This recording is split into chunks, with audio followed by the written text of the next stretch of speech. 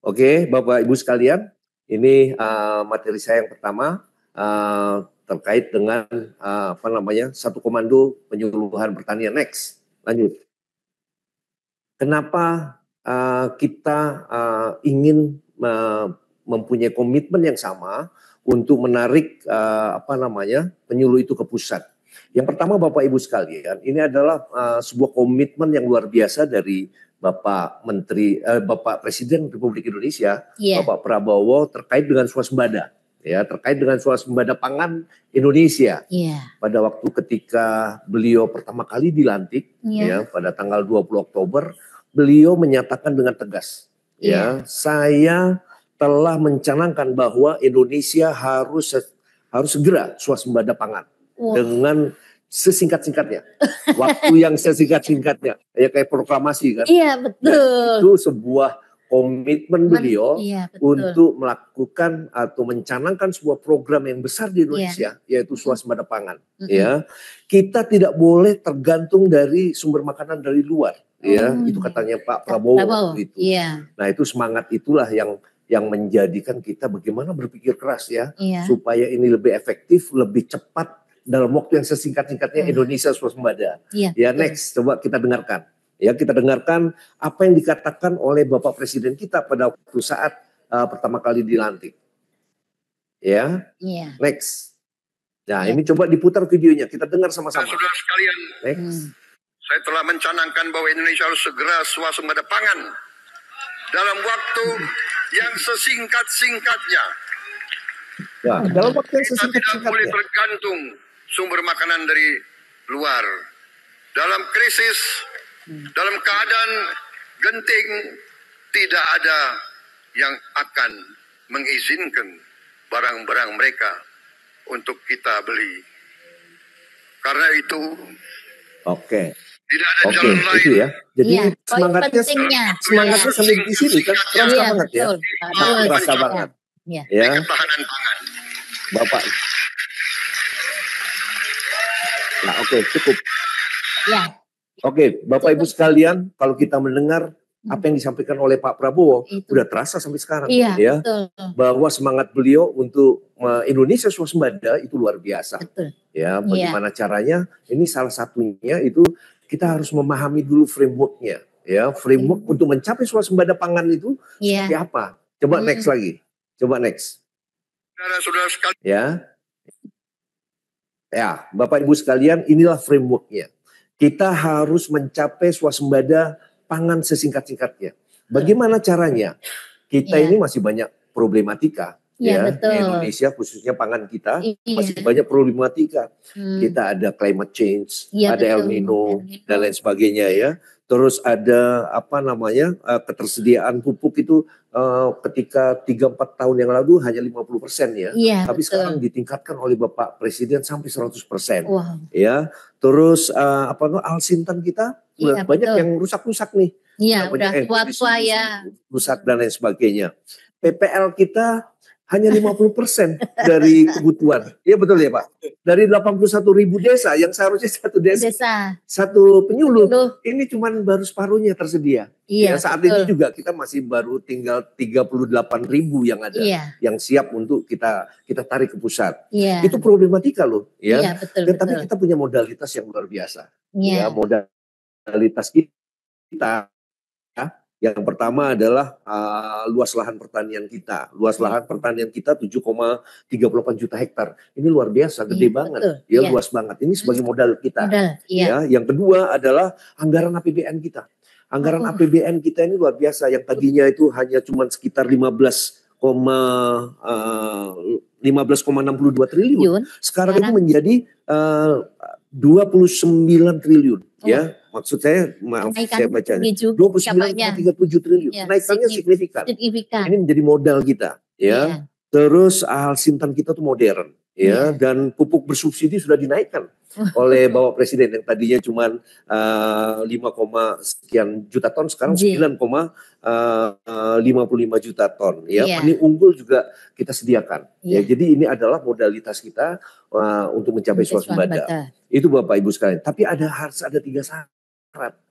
supaya program swasembada pangan ini bisa didorong dengan cepat, efektif. Ya, yang pertama apa? Saya melihat bahwa ini pendapat saya bahwa pertanian itu tidak bisa kerja sendiri, ya harus bersinergi dengan kementerian dan teman-teman yang lain, pihak yang terkait ya, stakeholder yang lain, dengan PUPR, dengan Kemendak, dengan Kemendagri, dengan Kementerian Koperasi, dengan BUMN, perguruan tinggi bahkan, ya BUMN juga harus kita dorong untuk bisa mendorong itu. Yang kedua adalah pendampingan penyuluh pertanian sebanyak 38.000 orang ya, harus ditarik, harus satu komando. Itu tanpa itu nggak bisa juga, karena penyuluh kita ini kan berada di garda terdepan. Ya, sebagai kan katanya Pak Menteri itu mereka itu sebagai motor penggerak perubahan, ya, sebagai transformer. Ya, transformer kita. Ya. Ini yang harus kita berdayakan. Teman-teman penyuluh ini harus diberdayakan, harus satu komando. Tidak bisa lepas dari komando Bapak Menteri Pertanian gitu. Dan yang ketiga, pertanian itu harus mengarah ke pertanian milenial, pertanian modern. Ini harus bertransformasi. Ya, Bapak Ibu sekalian. Nah, inilah yang menjadi pokok-pokok harapan Bapak Menteri Pertanian. Yang pertama stakeholdernya harus didorong, yang kedua pemberdayaan petaninya ini harus maksimal, ya, dan yang ketiga harus bertransformasi menjadi pertanian modern yang tadinya mungkin pertanian tradisional, ya, pertanian konvensional pakai bajak sawah, tapi sekarang itu harus modern. Kita harus pakai traktor, TR2, TR4, combine harvester, transplanter, iya kan? Iya, betul. Dan semuanya. Dan penyuluh ini harus juga paham. Menguasai di lapangan. Karena di lapangan nanti. Tanpa itu nggak bisa. Ya. Iya, betul. Karena dia harus sebagai pendamping. Pendamping siapa? Pendamping Brigade Pangan. Iya, utama. Karena apa? Brigade Pangan kita ini luar biasa. Tahun 2024 kita 1.771 Brigade Pangan sudah dibentuk. Ya, sudah beroperasional, sudah turun ke lapangan, ya, dan ini sudah menunjukkan bahwa produktivitas produksi padi kita sudah sangat signifikan meningkatnya, ya. Ini harus didorong lagi untuk tahun 2025. 2025 ada 2.444 Brigade Pangan yang sudah siap, sudah on progress untuk operasional di lapangan. Alsintan sudah diadakan, ya. Terus bantuan saprodi, bibit semuanya tuh sudah ada. Nah, ini kita dorong. Siapa yang dorong? Penyuluh pertanian. Penyuluh pertanian tanpa penyuluh pendamping kita Brigade Pangan mungkin tidak akan berjalan dengan baik. Tentunya dengan tiga persyaratan ini, saya yakin bahwa swasembada pangan berhasil. Kita pertahankan produksi, kita harga gabah kita kita tingkatkan, ya. Sekarang tuh 6.500 ya. Dan itu kita kuatkan, kita stabilkan sehingga petani juga bahagia gitu loh. Kemarin ya Pak ya. Iyalah. Terus program-program unggulan pertanian itu dikawal dengan baik. Ada ada optimalisasi lahan, cetak sawah rakyat. Itu semuanya harus dijaga dengan baik, dikawal dengan baik oleh para penyuluh. Gitu ya. Itu Bapak Ibu sekalian. Jadi saat ini baru kita dengan adanya Impres Next, dengan adanya Impres nomor 3 tahun 2025 tentang pemberdayaan penyuluh pertanian, itu memang ada instruksi langsung, ada instruksi langsung tentang pendayagunaan penyuluh pertanian dalam rangka percepatan swasembada pangan, ya. Instruksi ke Menteri Pertanian oleh Bapak Presiden itu yang pertama adalah mengalihkan penyuluh pertanian ASN di pemerintah daerah kepada Kementerian Pertanian. Itu harus segera dilakukan. Ya, itu instruksinya. Selama proses pengalihan melakukan pengalihan dan untuk melakukan pendayagunaan penyuluh pertanian ASN pada Pemda provinsi dan kabupaten itu untuk mendukung percepatan swasembada pangan berkelanjutan itu tetap dilaksanakan. Ya, itu tetap dilaksanakan dalam proses pengalihannya. Ya, untuk mendukung apa? Mendukung program-program yang dilakukan oleh Bapak Menteri Pertanian, mulai LTT, Opla, ya, cetak sawah rakyat dan lain sebagainya, termasuk Brigade Pangan. Ini apa namanya? Ini yang dapat kita kawal bersama. Iya. Ya. Iya betul. Instruksi kepada gubernur dan bupati pun ini juga apa namanya diinstruksikan kepada para gubernur dan bupati bahwa semua aset dari Brigade Pangan tidak boleh dialihkan. Ya. Itu jadi yang jadi banyak perbincangan tidak boleh dialihkan, ya, termasuk BPP kita. Kita punya BPP. Ya itu Pak, banyak yang bertanya penyuluh itu Pak, BPP-nya gimana? Kenapa? Iya, BPP kita itu cukup banyak di lapangan. Betul. Kita punya 5.600 ya, 5.600 BPP. Ya, dan itu Bapak Ibu sekalian, itu adalah rumah penyuluh kita. Ya, tempat operasionalnya di sana sehari-hari. Dan itu menurut instruksi Presiden itu tidak boleh dialihkan sama sekali. Ya, tidak boleh dialihkan semua aset. Ya, bagus ya. Boleh dialihkan. Harus dijaga, ya. Jadi ini koordinator penyuluh kan? Iya. Koordinator penyuluh harus menjaga itu. Harus menjaga itu, dan mohon kepada Bapak Bupati supaya itu tidak dialihkan ke penggunaannya untuk keperluan-keperluan lain. Seperti saya melihat sudah ada yang menjadi puskesmas, ada yang menjadi tempat pos polisi, ya. Ini hal-hal seperti ini dijaga. Itu adalah rumah penyuluh, ya yang perlu kita amankan bersama lah, seperti itu. Betul. Termasuk kendaraan operasional. Ya, kalau kendaraan operasional. Iya, itu kan itu aset juga ya. Iya, aset betul. Untuk bagaimana teman-teman bisa beroperasional dengan baik, ya. Itu instruksi Presiden nomor 3 tentang pemberdayaan penyuluh pertanian dalam rangka percepatan swasembada pangan kepada Menteri Pertanian itu juga diminta untuk mengalihkan penyuluh pertanian ASN pada pemerintah daerah provinsi dan pemerintah daerah kabupaten kota itu paling lambat 1 tahun. 1 tahun. 1 tahun. Wow. Jadi pada tanggal 1 Januari Pak 2026 ini sebelum ayam berkokok itu itu semua penyuluh yang ada 38.000 penyuluh di seluruh Indonesia itu sudah menjadi tanggung jawab pusat. Waduh, sudah bergabung. Kerja keras ya Pak ya. Ini kerja keras, Bapak Ibu sekalian, kerja keras ya. Ada Kepala Badan Kepegawaian Negara ini juga diminta untuk memfasilitasi untuk percepatan itu, termasuk kepada gubernur dan para bupati untuk memfasilitasi itu dan untuk menjaga aset-aset yang ada di daerah tidak digunakan untuk keperluan yang lain, dan ini hanya digunakan untuk teman-teman penyuluh yang ada di daerah, ya. Itulah bisa diinfokan nih Pak. Infokan ya itu. Ya, Bapak Ibu sekalian, ada beberapa hal yang perlu kami sampaikan pada kesempatan kali ini, bahwa saat ini penyuluh-penyuluh kita itu ada 38.000. Ya, 38.000 sekian, dan ini sudah kita mulai bergerak untuk melakukan proses pengalihannya. Ya, pengalihannya kita rencana itu ada 3 batch, ya, 3 gelombang lah. 3 gelombang. Jadi batch kedua ini sedang berproses. Dari 38.000 batch pertama itu sudah 30.000, sudah selesai, dan batch kedua ini juga sudah dalam proses, mudah-mudahan sebentar lagi ini batch 1 dan batch 2 sebanyak 34.000 ini sudah selesai.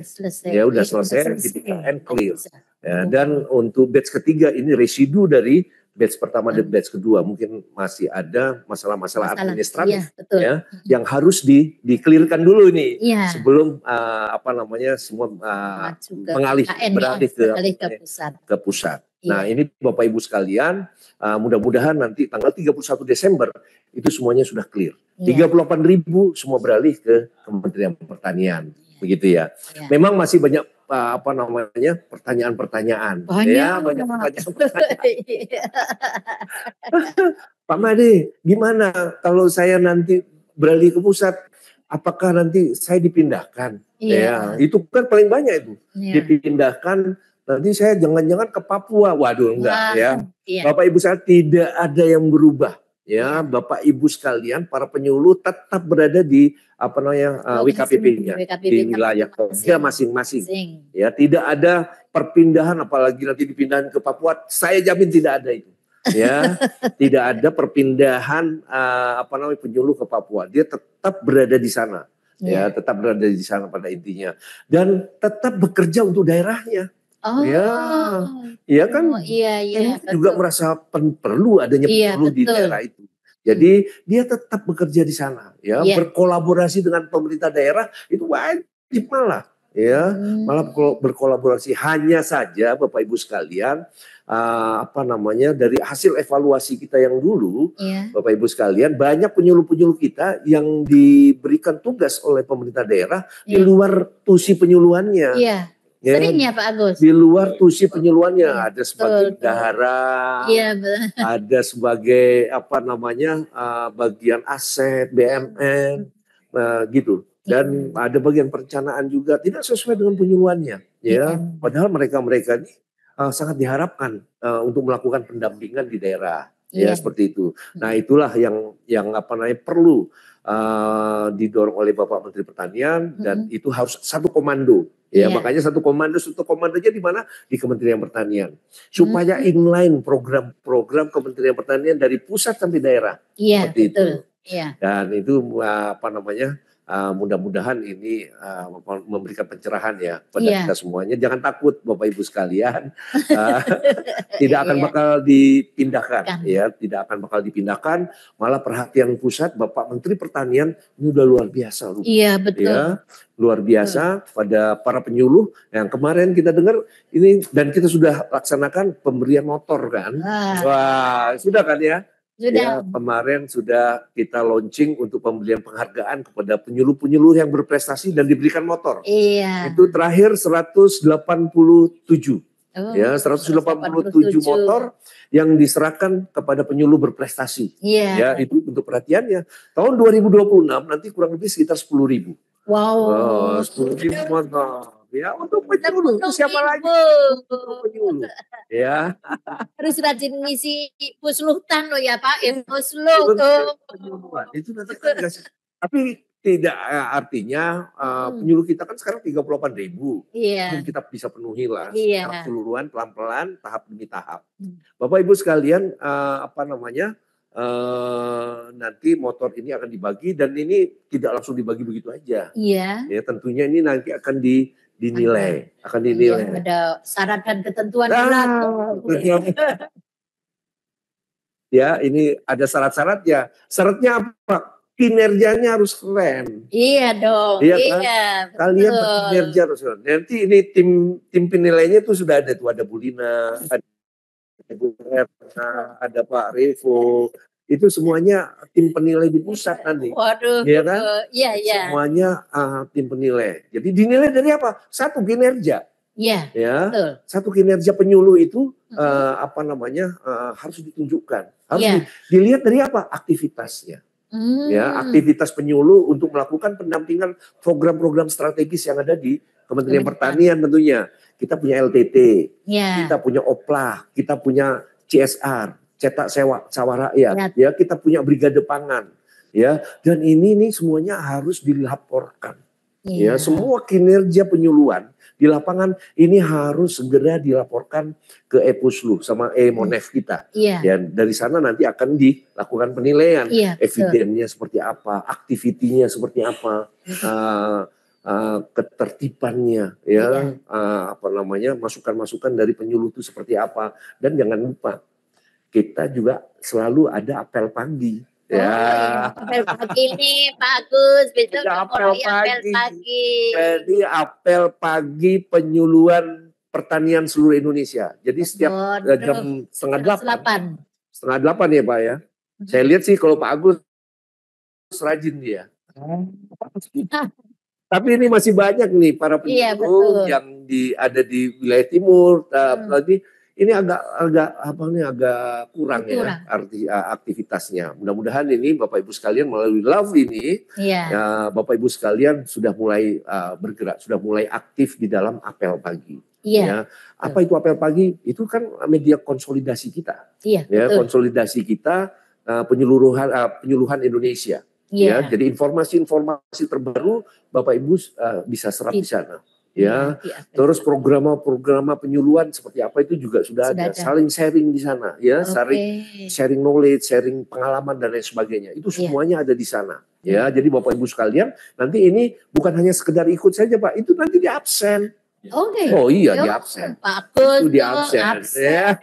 Itulah kinerja, salah satu kinerja kinerja kita, gitu loh ya. Jadi semua aktif di PEDA, di Pekan Daerah, ya. Ini juga harus aktif di dalam itu, terutama aktif di lapangan, ya, melakukan pendampingan, melakukan penyuluhan di brigade pangan dan di kelompok-kelompok gapoktan petani. Ya, mereka masih perlu literasi keuangan, literasi manajemen, ya, literasi terkait dengan mekanisasi. Ya, semuanya juga itu perlu mendapatkan masukan yang baik kepada para petani kita di Indonesia. Itu Bapak Ibu sekalian, nanti konsep-konsep ketentuan pengalihannya ini sudah banyak sebenarnya yang sudah dijelaskan ya oleh Bapak. Nanti mungkin Mas Danang nanti ini pasti akan memberikan penjelasan ya mengenai masalah filosofi terkait dengan atau ketentuan-ketentuan terkait dengan pengalihan secara teknis, gitu ya. Betul. Itu yang dapat kami sampaikan. Untuk sementara itu dulu deh. Ya, nanti kita buka ruang-ruang lebih banyak diskusi. Soalnya diskusinya biasanya rame banget. Rame banget. Iya, dan sering ini belum terjawab tapi waktunya udah habis. Biasanya seperti itu. Karena ini sudah waktunya ya, silakan itu dilanjutkan untuk narasumber yang lain. Terima kasih. Ya, tetap semangat. Iya nih, wow, keren banget nih Bapak Made dari Kapus Luhutan ya Pak. Waduh. Ini bisa menjadi awal nanti untuk diskusi kita karena banyak sekali poin-poin yang mungkin banyak yang nanti akan ditanyakan ini Pak, pasti nih ya Pak Agus ya. Wah, ini tadi ada apel, ada e-poslo, ada e-money. Wow. Banyak banget ya. Banyak dan harus melek digital itu. Iya, betul. Penting itu ya. Oke. Mohon izin.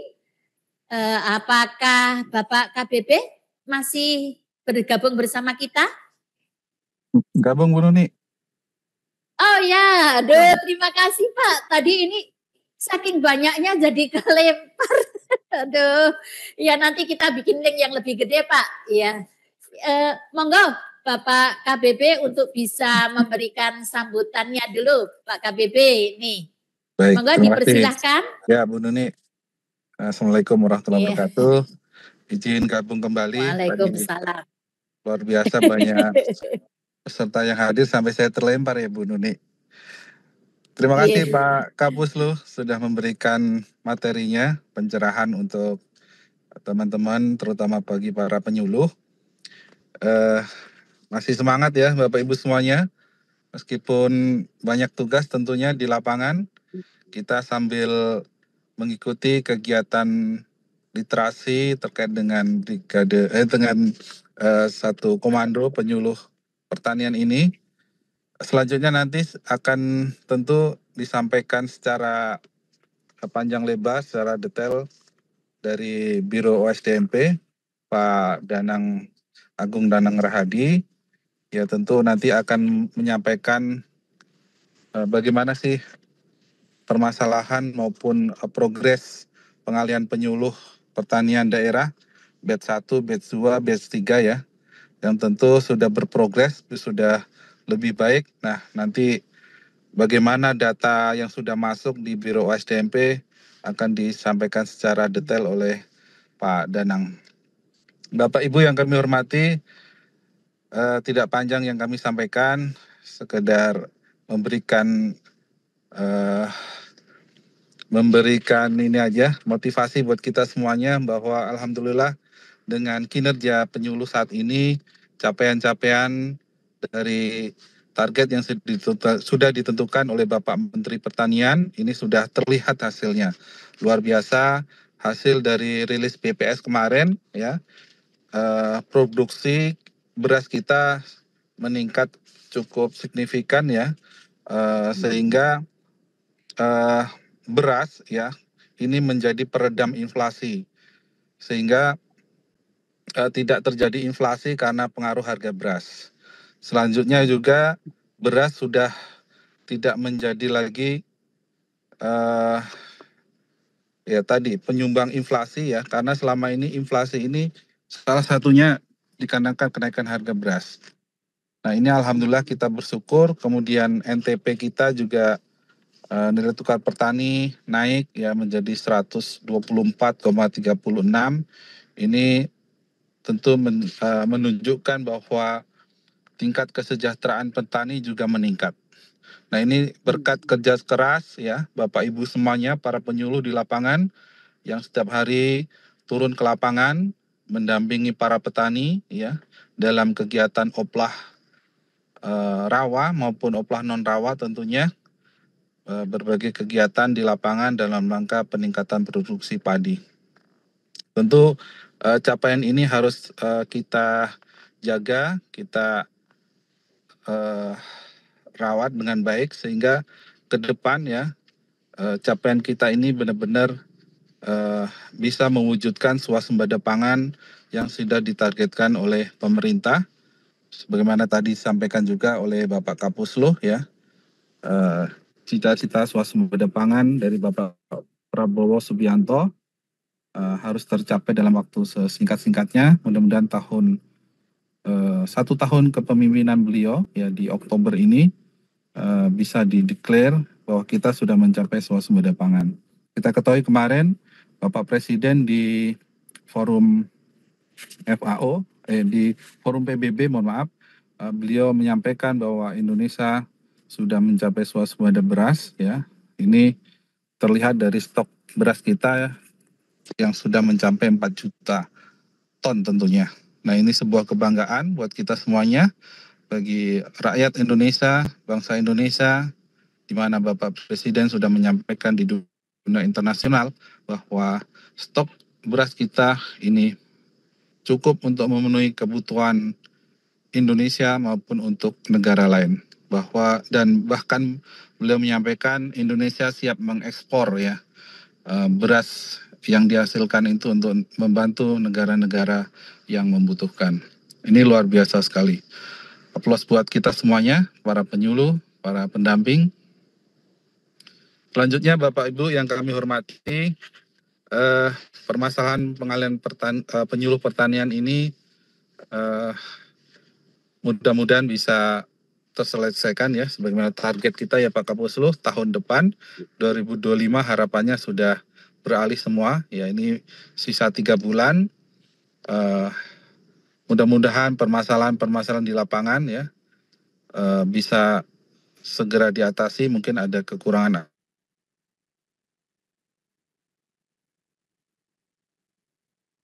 administrasi dokumen ya, kepegawaian yang tidak sesuai sarana penyuluh yang menjadi kewenangan daerah ke depan bagaimana. Nah ini bisa terselesaikan. Kemudian kebutuhan regulasi ya.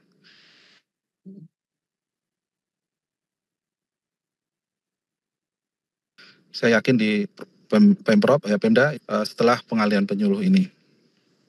Bapak Ibu yang kami hormati, mudah-mudahan dengan kegiatan literasi pagi hari ini bisa menjawab permasalahan-permasalahan yang ada di hadapan Bapak Ibu semuanya dan meyakinkan pada Bapak Ibu para penyuluh untuk siap bergabung dengan penyuluh pertanian di pusat. Saya yakin semuanya bisa dilewati dengan baik ya, meskipun banyak tantangan tentunya. Ini bisa mudah-mudahan insya Allah bisa terselesaikan dengan baik. Sekiranya ke depan masih diperlukan lagi kegiatan literasi ya, dengan menghadirkan narasumber yang lain, mungkin kita siap memfasilitasi Bapak Ibu Ya, tentu dalam menyelesaikan permasalahan yang dihadapi sekarang. Mungkin itu saja, Bapak Ibu yang kami hormati, yang kami banggakan sebagai pengantar dari kami, mewakili teman-teman dari PB Pustaka. Sekali lagi kami aturkan terima kasih banyak atas waktu dan kesempatannya telah berkenan hadir untuk mengikuti acara ini. Terima kasih para narasumber, Bapak Kapuslu, Bapak Agus Prasojo, dan Pak Danang dari Biro OSDMP.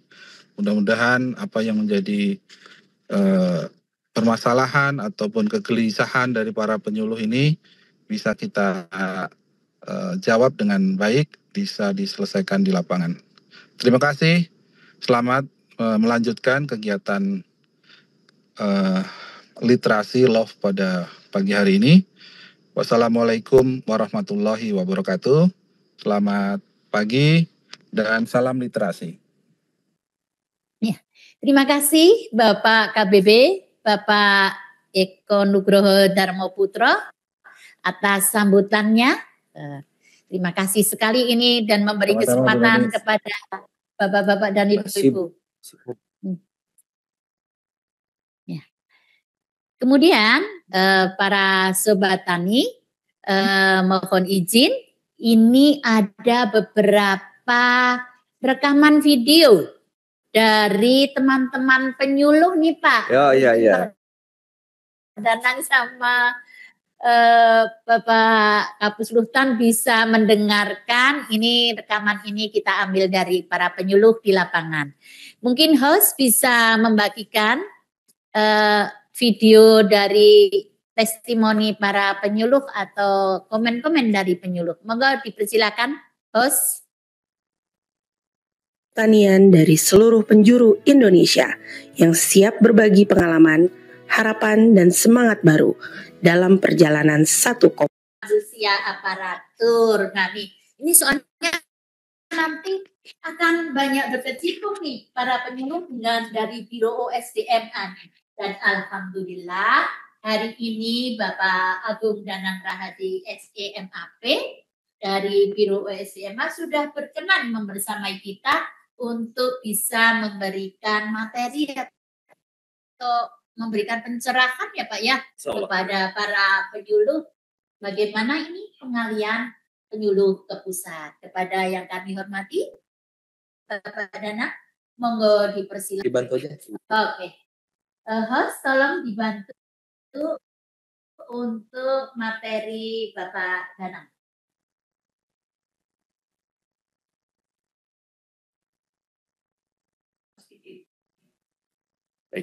Baik, terima kasih Bu Nuni. Izin Pak Kapus, Pak Agus, dan rekan-rekan semua penyuluh se-Indonesia. Jadi salam penyuluh itu 7 apa 8 sekarang ya Pak Kapus ya? Masih begini apa begini ya sekarang? Saya tahu kan gini ya, salam penyuluh ya kan gitu ya. Jadi Bapak Ibu sekalian menarik gitu dari bulan Februari Pak Kapus ya. Iya. Dari bulan Februari kami menangani pengalian penyuluh pertanian dengan pusat penyuluhan. Iya. Jadi suka dan duka itu luar biasa Pak Kapus. Dari datanya yang tercerai-berai, ada bahan, kemudian kami cek ternyata masalah kalau di OSDM itu masalah di SDM, masalah kepegawaian pasti ada, gitu ya. Jadi disparitas data kepegawaian itu hal sederhana tapi tidak tuntas-tuntas. Mungkin karena mungkin bisa kita selesaikan gampang, lama-lama tidak diselesaikan. Akhirnya ketika ada pengalian penyuluhan, ini kejadian. Kejadian Pak Kapus seperti Pak Agus. Jadi mungkin banyak yang bertanya kenapa batch 2 kok belum ada rilis resmi datanya kan gitu. Nah, jadi tantangan di batch 2 itu kalau kami kita Kementan dengan BKN menyebutnya, BKN sampai menyampaikan ke kami batch 2 tidak seindah batch 1 kan gitu ya. Jadi kalau batch 1 itu kita sudah ibaratnya makan rambutan, saya bilang dengan teman-teman BKN dan teman-teman Menpan kayak makan rambutan. Di satu ikat itu biasanya ada yang merah, ada yang hijau, ada yang kuning. Nah kita makan dulu yang merah. Habis itu kita yang kuning, selesai yang hijau. Kita makan semua tapi. Nah jadi istilahnya untuk penyuluh pertanian, kami Kementan komitmen untuk menarik gitu ya Pak Kapus ya. Jadi sudah pasti kami mengeksekusinya di Biro SDM, kami tarik yang benar-benar clear, karena harus clear. Kalau di data kepegawaian ini tidak clear, ini ngaruhnya kemana-mana. Bisa TGR ya Pak Kapus ya? Iya betul. Jadi kalau ada golongan tidak sesuai, jenjang tidak sesuai dengan Qualdik, ini kami ngeri kalau di SDM, di sisi SDM ngeri. Karena potensinya itu TGR. Jadi kami tidak bisa misalkan, nanti saja. Alhamdulillah kalau di Kementan ini kan sudah jauh lebih rapi Pak Kapus, Bapak Ibu sekalian. Jadi yang sudah tertata dengan rapi di kita, insya Allah ada saudara-saudara kita dari penyuluh pertanian daerah akan bergabung, ya ini kita cleaning dulu, kita rapi, jangan sampai mereka masuk, nanti ada hadiah TGR di kemudian hari, nah ini kan kasihan untuk pegawainya. Nah, angka untuk batch 1, alhamdulillah kita sudah clear ya Pak Kapus ya, Pak Agus, Bu Nuni, kita sudah clear di angka 30.323. Sambil slide-nya di next aja. Kemudian dari 30.323, mungkin saja nanti finalnya di 1 Januari 2026 angka batch 1 ini berubah. Misalkan yang nggak bisa kita prediksikan itu adalah meninggal dunia. Tadinya angkanya itu 30.342. Bu Nuni, Pak Kapus, rekan-rekan. Nah berubah, ternyata ada yang meninggal dunia. Meninggal dunia, terus kemudian juga ada yang terdeteksi tidak aktif. Itu yang buat kami kaget, rekan-rekan. Mungkin teman-teman penyuluh pertanian di daerah bisa disampaikan ke Distan dan BKD atau BKPSDM. Kami mendeteksi dengan BKN ada pegawai yang tidak mengikuti PUPNS. Bayangin Pak. Jadi resikonya kalau tidak ngikut PUPNS yang beberapa tahun yang lalu, itu statusnya tidak aktif di BKN. Dan BKN tidak akan mengasisi pegawai ini untuk pindah. Harus diaktifkan dulu, baru bisa diproses. Nah, pengaktifan di BKN itu ada namanya direktur status pegawai. Direktur sendiri. Jadi perjalanannya makin panjang gitu ya. Jadi yang ada sekarang aja, kalau saya tektok dengan BKN itu ke direktur data, direktur layanan digital, kemudian direktur Wasdal 1, 2, 3, 4, direktur pengadaan dan mutasi, kemudian di Menpan itu ada 2 asbeb kan gitu ya. Jadi itu yang saya kolaborasi, belum Kemenko Pangan kan gitu ya, yang minta progres secara berkala. Nah ini tantangan untuk kita semua, rekan-rekan semua. Jadi prinsipnya kami di Biro SDM, kami semampu kami, walaupun jatuh bangun. Kalau kita dulu ada lagu Maggie Z ya Pak. Jadi kalau saya bilang jatuh bangun itu kebetulan yang posisi eksekusi data itu kan saya dan tim di kelompok saya.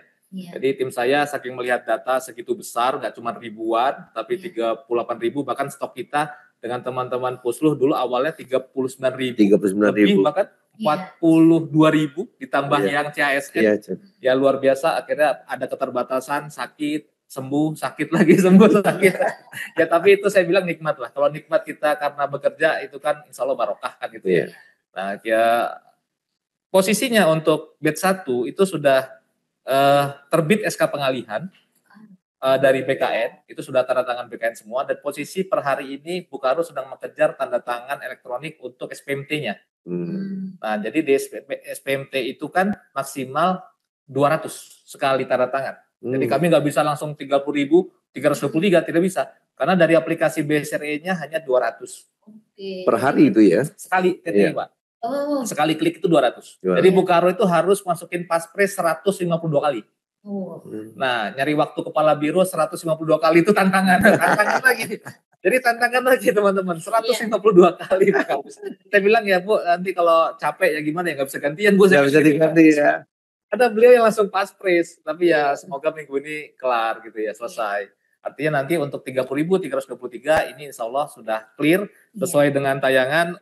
Kita bisa lihat sama-sama PNS-nya 19.832, P3K-nya 10.491. 10 provinsi terbesar, Jawa Timur 3.099, Jawa Tengah 2.838, Jawa Barat 2.210, Sulawesi Selatan 1.935, Aceh 1.877, NTT 1.515, Sumatera Utara 1.328, Sulawesi Tengah 1.147, Lampung 1.131, dan Sumatera Selatan 1.107. Nah ini 10 besar. Yang di atas 1.000 Pak Kapus, Bu Nuni, Pak Agus. Jadi kalau Pak Agus dari Jawa Barat peringkat ketiga. gitu ya, 2.270 gitu ya, peringkat 3 tuh. Jadi kita akan kedatangan saudara-saudara dari penyuluh pertanian, insya Allah yang sudah pasti di 1 Januari 2026, 30.323 Pak Kapus. Jadi sebagai informasi rekan-rekan, Kementan itu per hari ini pegawainya 12.500. 12.000. Ya, pusat dan UPT 12.500. Ya, jadi insya Allah nanti kalau masuk semua, proyeksi kami itu 38.050. 38.050 ya. Itu proyeksi fix tadi ya. Insya Allah Pak, nanti andai kan berubah biasanya karena tadi meninggal dunia kan gitu ya.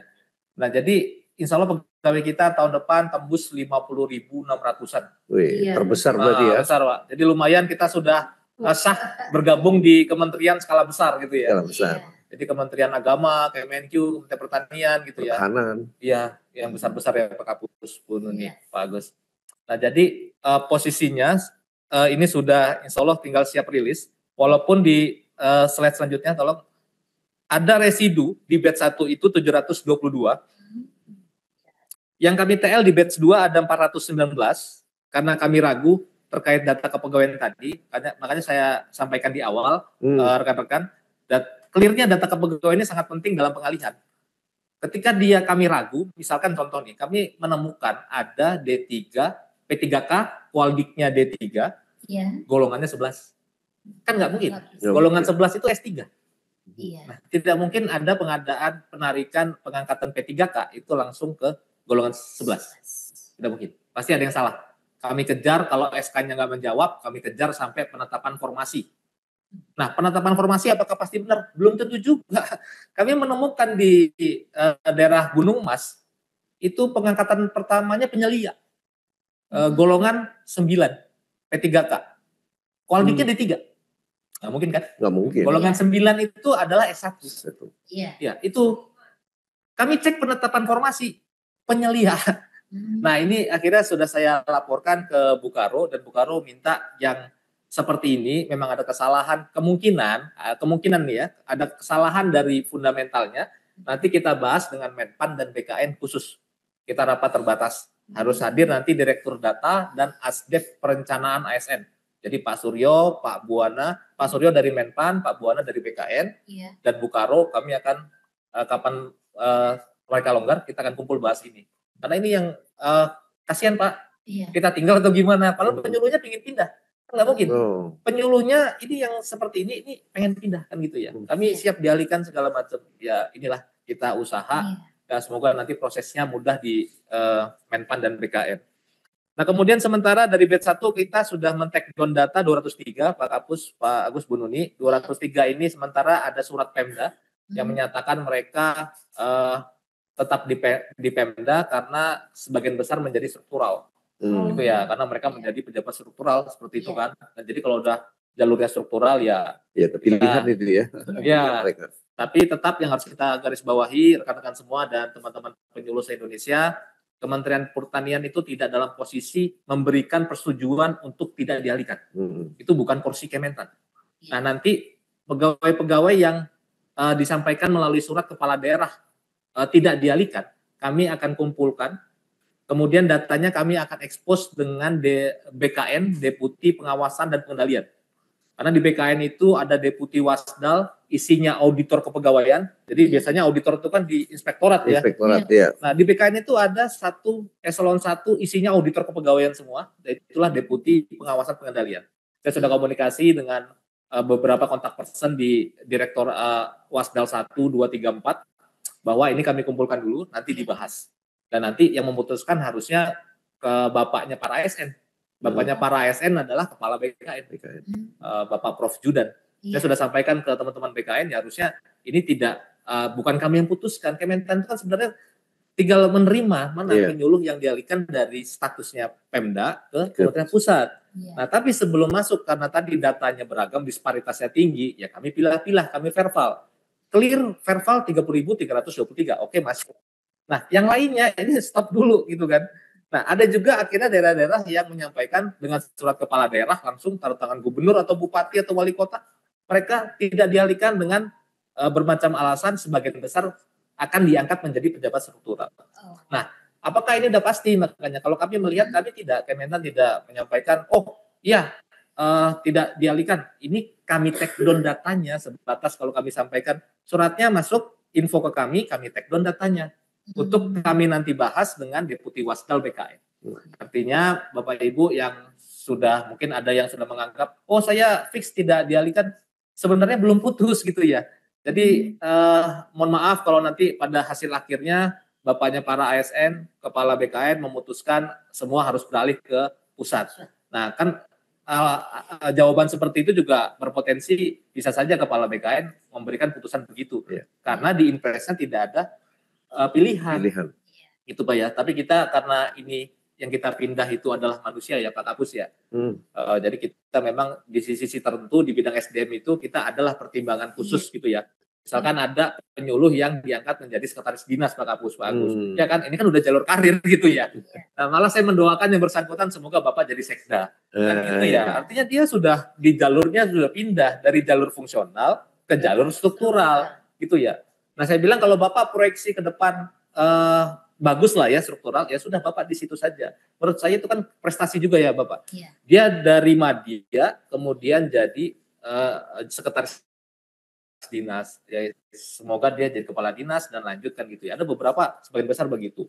Nah sekali lagi Kementan tidak dalam posisi memberikan setujuan karena banyak Pemda minta surat balasan ke kita ya Pak Kapus. Bagus gitu dasar, ya. Minta surat balasan. Kementan tidak akan balas surat itu gitu loh. Pak Menteri tidak tidak bisa menjawab, oh kami setuju tidak, bukan porsinya Pak Menteri kan gitu ya. Karena itu sudah, kalau baca impres itu kan instruksinya banyak ya. Ke menteri ini terus banyak beberapa menteri, ke gubernur, bupati, wali kota, ya kan? Dan tidak ada bahasanya di situ boleh pilihan kan nggak ada. Itu yang kami juga bingung ya. Kami sudah sampaikan, kan tamu lagi banyak ya Pak Kapus ya, ke tempat Bapak, habis dari tempat Bapak ke tempat kami, atau ke tempat kami dulu baru ke balikan ya gitu ya. Iya kita ya diskusi ini menarik nih teman-teman. Jadi ya jawabannya seperti itu. Saya kalau dipaksa seperti apa, Biro SDM tidak akan gitu mengeluarkan surat, nggak bisa gitu loh. Karena kan nanti kami menyalahkan bapaknya para ASN, masih ada BKN dan Menpan pembina kita kan gitu ya. Jadi seperti itu untuk yang take down data. Tapi kalau ada surat dari kepala daerah, kami take down dulu sementara datanya biar tidak mengganggu yang udah clear dialihkan. Baik, next. Jadi prediksi selanjutnya untuk batch 2. Jadi batch 2 itu awal kami punya proyeksi 5.298. Dari 5.298, residu batch 1 419, kemudian ada terdeteksi masalah 3.444 itu pelaksana penyuluh pertanian, namanya juga udah aneh kan. Kalau jabatan penyuluh pertanian nggak mungkin pelaksana. Pasti dia fungsional. Nomenklatur penyuluh pertanian itu sudah kami konfirmasi. Dulu pernah ada nggak? Siapa tahu saya terlewat. Walaupun kami tahu, kan siapa tahu kami juga punya keterbatasan. Kami tanya ke DASDEP perencanaan Menpan, tidak ada penyuluh pertanian itu. Jabatan fungsional. Nah, tapi terdetek di SI ASN BKN setelah dalam proses pengalihan, ternyata status jenis jabatannya dia pelaksana. Jumlahnya nggak main-main, 3.444 dan sebagian besar P3K 3.220. Nah, jadi kalau yang PNS gimana? Sebenarnya hari ini pun update di SISN selesai.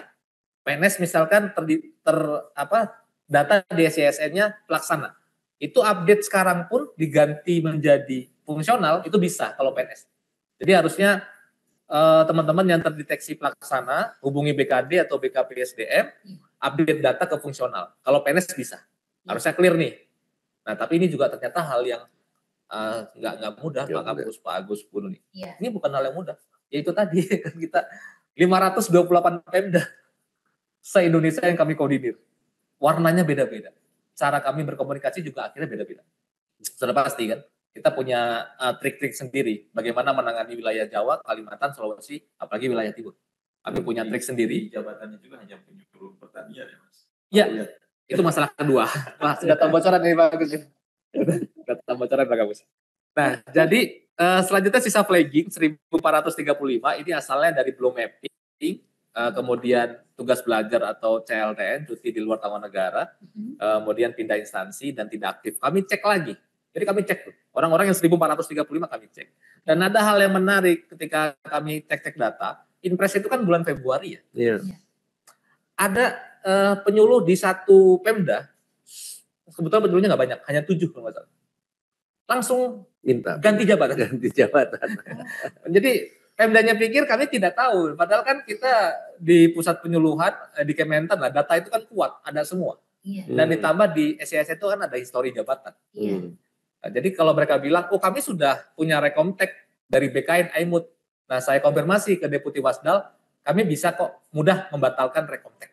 Jika memang ditemukan itu ada pelanggaran. Indikasi pelanggaran. Itu ya, itu nanti yang kita bahas dengan Deputi Wasdal. Teman-teman, jadi ada saya kaget dia beralihnya bulan Februari. Jadi hitungan hari dia mungkin karena menguasai ilmu kepegawaian dia langsung ganti jabatan. Padahal ngapain buru-buru gitu ya Pak Kapus ya Mas Agus. Harusnya tetap aja bekerja sebagai penyuluh sampai Desember gitu ya. Karena yang orang itu beralih dari fungsional misalkan dia muda, misalkan grade-nya 9. Dia pindah ke pelaksana grade 7. Siapa tahu beda rupiahnya itu jauh. Dia saking mungkin entah kenapa ya, entah panik atau gimana. Karena banyak alasan yang menyampaikan ke kami tidak pindah kenapa, misalkan mengurus orang tua yang sakit. Lah jadi pegawai pusat memang nggak bisa mengurus orang tua yang sakit ya Pak Kapus. Nah itu yang saya bingung. Ada juga yang mau mengadopsi anak. Loh, jadi pegawai pusat memang tidak bisa mengadopsi anak gitu kan, saya juga bingung. Yang itu menurut saya ya saya bingung ya, maksudnya kenapa gitu ya. Harusnya kan kita tinggal komunikasi. Kami bilang oke, kami take down data dulu, tapi putusan di bapaknya para ASN. Sekarang mereka walaupun jadi pelaksana, ini kan tetap belum aman. Karena BKN pun tahu nama ini, mereka sudah mengajukan di Aimut, kebetulan waktu itu kan masih awal-awal Pak ya, belum tahu sudah berubah jabatan. Apakah nanti sudah pasti keluar, sudah pasti ganti jabatan? Ya belum. Kami nanti akan laporkan dulu, biar bapaknya para ASN terinfo full. Nah, setelah kami verbal, kami lakukan konfirmasi lagi. Biro SDM bekerjasama dengan pusat penyuluhan dengan Pemda se-Indonesia 460 Pemda totalnya kami konfirmasi by Zoom. Jadi itu kami kerjakan 3 hari, 3 hari full kami Zoom, pindah-pindah rame itu ya. Jadi udah kayak call center Pak Kabus Pak. Udah kayak call center itu. Saya lihat itu luar biasa ya.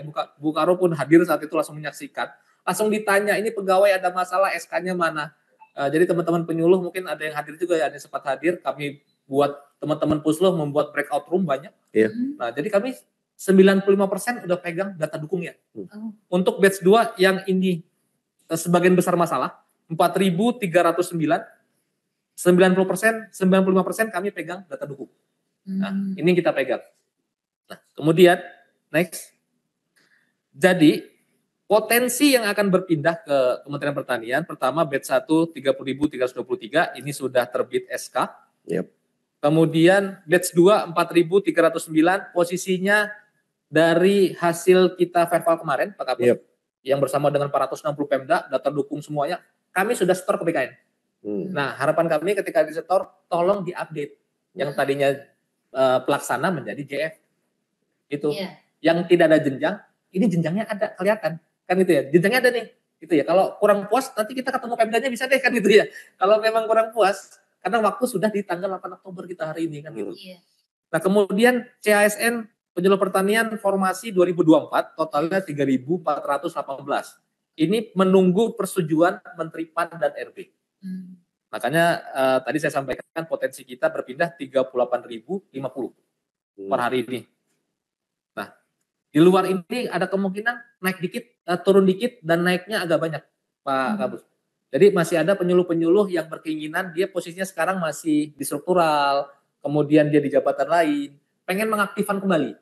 Nah, kita patut apresiasi yang dari struktural. Sebenarnya kan dia udah punya jalur karir sendiri ya, struktural. Tapi karena jiwa korosanya tinggi, Pak Kabus, Pak Agus, saya menyaksikan sendiri di Palembang tuh ada pejabat struktural ngotot pokoknya dia pengen jadi penyuluh pertanian lagi. Di Palembang, tapi yang itu berhasil saya redam Pak Bapak calon sekda tadi kan. Nah yang satu yang di Lebak, saya di Lebak, dia pengawas Kasubag TU. Dia pengennya pokoknya jadi penyuluh pertanian. Masalahnya di ruangan saya ada Pak Sekdisnya. Pas saya masih ingat nih, mungkin kalau menonton ya, yang dari Lebak Pak Sekdis saya bilang, Pak Sekdis gimana nih? Ini ya saya yang penting ada penggantinya. Loh, Pemda nanti bisa mengusulkan formasi baru ya dengan jabatan non penyuluh pertanian. Nah, rupanya mereka setelah dari ruangan saya mungkin ada diskusi internal, akhirnya yang bersangkutan ke penyuluh pertanian. Memutuskan dari struktural, ya. Iya. Nah, kasus seperti ini banyak masih ada.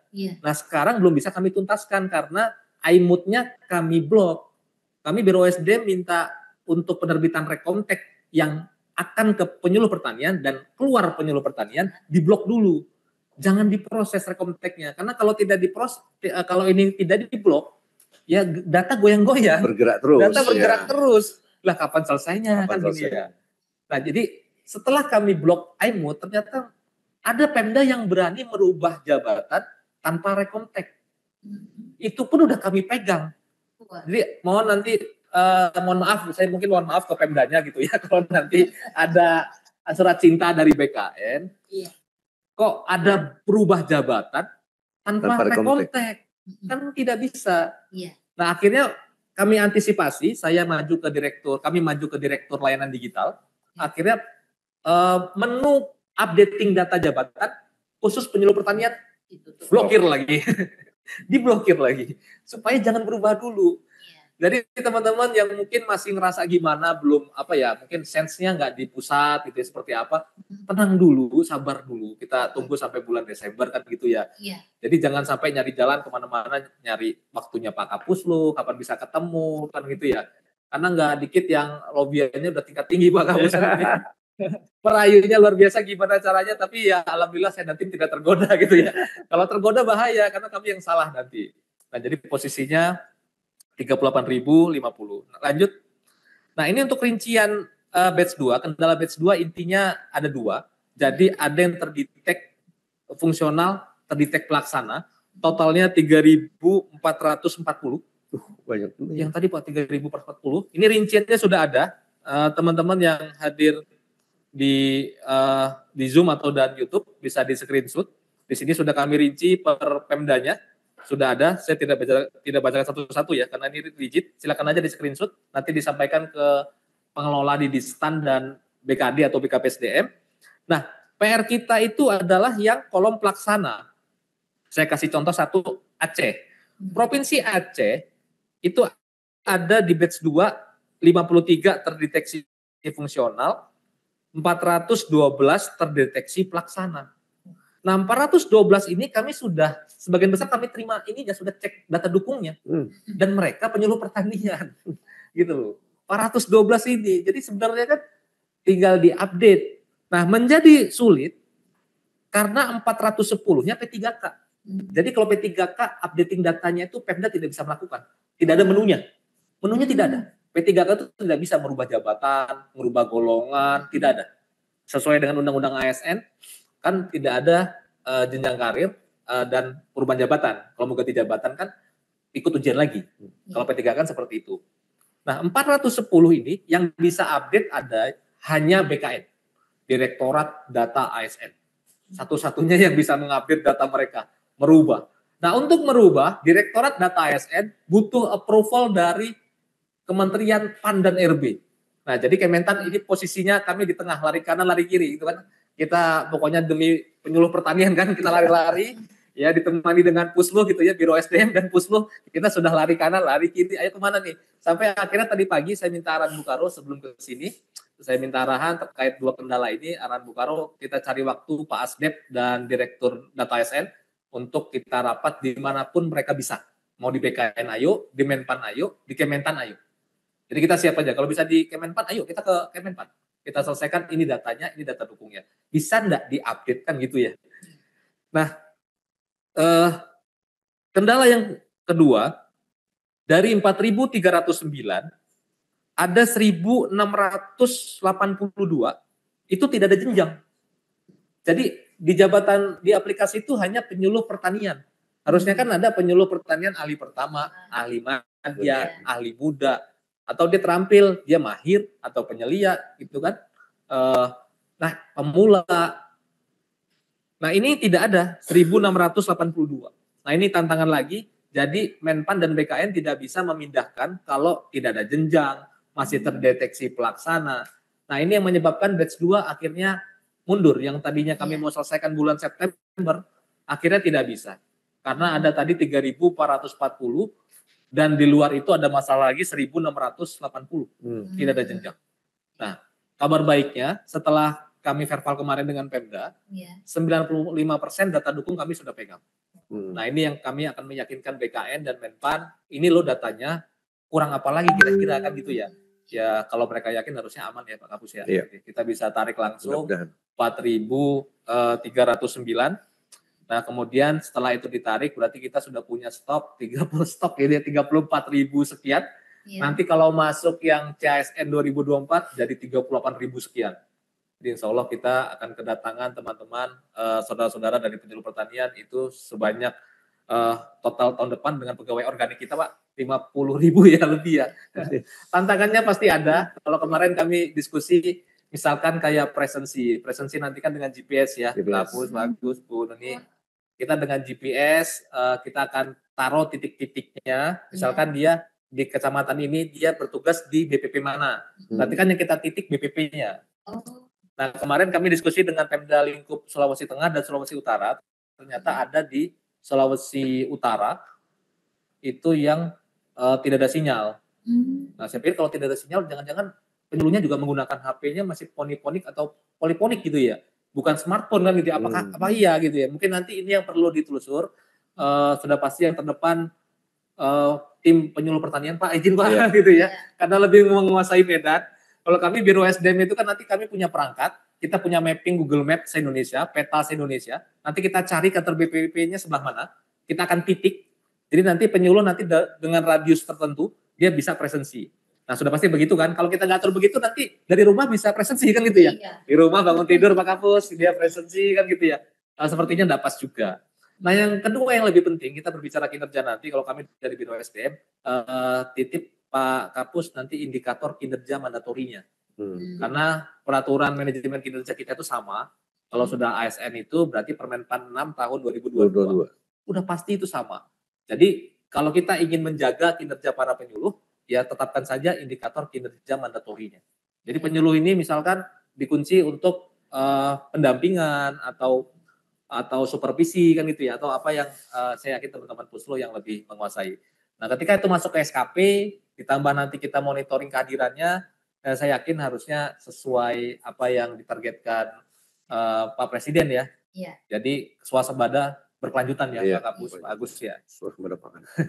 Semoga tidak ada masalah lagi untuk batch 2 dan kami harapannya bisa ketemu dengan dua pihak dari Menpan dan BKN itu paling lama Jumat besok. Semoga mereka bisa karena memang masing-masing sibuk semua. Pak Buananya sibuk, Pak Suryonya apalagi kan gitu ya. Plus Bu Karo. Nah, syukur-syukur nanti Pak Kapus juga bisa ikut ya. Jadi nanti kita bisa ketemu, kita lihat ini batch 2 kapan. Karena Bu Karo tadi agak apa ya, mungkin karena banyak masalah antrian di beliau. Jadi beliau, Mas harus segera. Kalau enggak kita nggak bisa bergerak nih. Apakah akhir tahun ini 4.300 dia akan selesai kalau gini caranya. Jadi harus segera kita cari solusi, tarik atau tidak kan gitu ya. Nah kalau tidak kan nggak mungkin Kementan yang putuskan gitu loh. Karena ini kan data masalah updating. Ya, mungkin demikian Bu Nuni sementara dari saya, Pak Kapus, Pak Agus. Waduh, terima kasih sekali nih Pak Danang. Waduh ya ampun ternyata di balik pengalian itu ini ya Pak ya perlu effort dan kerja keras ya. Tuh bangun tadi itu Bu. Dari verifikasi data ya Pak ya, cek langsung ke sana. Kemudian nanti tindak lanjutnya untuk absensinya dan segala macam ya Pak ya. Waduh ini benar-benar nih perlu kerja keras dan sinergi yang baik dari kita semua untuk bisa segera mewujudkan pengalihan penyuluh ke pusat ya. Mungkin nanti kita sebelum diskusi ini mungkin ada video juga dari teman-teman penyuluh sambil menyambut ke diskusi selanjutnya.